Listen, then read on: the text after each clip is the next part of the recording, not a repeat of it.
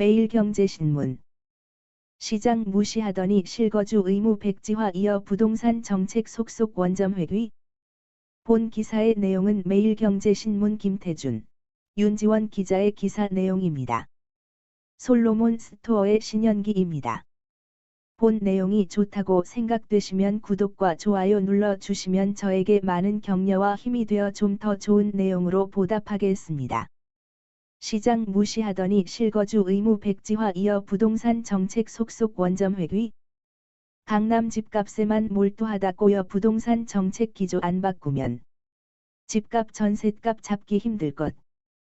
여당이 재건축 실거주 2년 의무 거주 법안을 폐기한 데 이어 임대사업자 양도소득세 혜택도 건드리지 않기로 한 것은 내년 대선과 지방선거를 앞두고 악화된 부동산 민심을 우려한 것이란 분석이 나온다. 실제 당정은 이외에도 최근 신규 계약에 대해 임대차법 적용 근거 없는 공시가의 과격한 인상 등을 밀어붙이다가 없던 일로 하거나 재산세를 깎아주는 등 스스로 잘못을 인정하는 모습을 보이기도 했다. 이에 따라 시장에서도 당정이 드디어 정신 차렸나 잘못된 정책을 유보하는 건 긍정적이라는 얘기마저 나오기 시작했다.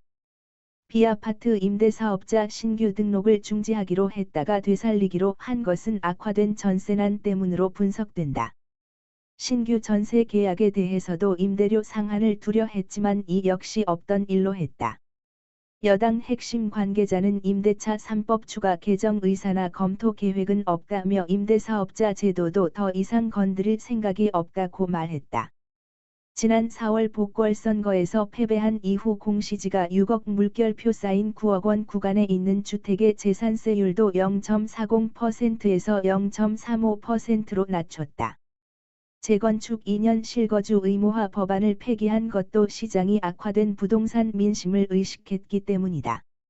임채욱 킬로바이트 국민은행 수석전문위원은 이 법안으로 집주인들이 실거주하면서 세입자가 쫓겨나는 결과만 발생하고 말았다고 꼬집었다. 현 정부의 부동산 정책은 첫 단추부터 잘못 끼워졌다. 실수요자의 내 집 마련을 막고 임차인을 외곽으로 내모는 정책을 되돌리지 않는 한 미세 조정으로 난관을 타개하기에는 한계가 있다. 특히 최근 종합부동산세 2% 부과 논의에서 보듯 현 여건의 기조인 있는 자와 없는 자의 편 가르기 구도는 계속되고 있다. 이에 따라 몇 가지 정책 시정도 그저 생색내기나 보여주기에 불과할 것이란 우려가 계속된다. 현 정부의 부동산 정책이 꼬인 건 정책의 출발이 주거 안정보다는 강남 집값 잡기였기 때문이란 지적이 많다. 대출 규제 세제 압박을 통해 강남 등 선도 지역의 집값부터 떨어뜨린다는 모토를 내걸었지만 다주택자의 똘똘한 한 채 전략의 수포로 돌아갔다. 송인호 한국개발연구원 KDI 경제전략연구부장은 부동산 정책을 펼 때 보호할 실수요자를 먼저 특정하고 시작했어야 했는데 강남 집값 잡기가 되면서 꼬여버렸다며 갭투자는 실수요자의 유일한 자산 축적 과정이라 이를 투기로 몰 필요가 없었다. 그런데도 투기과열지구를 지정해 다주택자든 실수요자든 상관없이 대출을 조이면서 실수요자만 더욱 어렵게 만드는 결과로 이어졌다고 말했다. 전문가들은 여당이 기조를 바꾸지 않는 한 부동산 시장 안정은 요원하다고 지적한다. 심교원 건국대 교수는 정말 서민에게 도움이 되는지를 판단하고 정책을 펴야 하는데 그런 판단이 전혀 없다며 현재로선 2017년 8월 2일 이전 정책으로 돌아가는 것 말고는 방법이 없다고 말했다.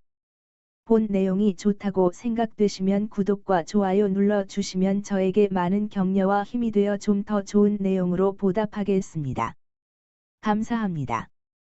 솔로몬 스토어의 신현기입니다.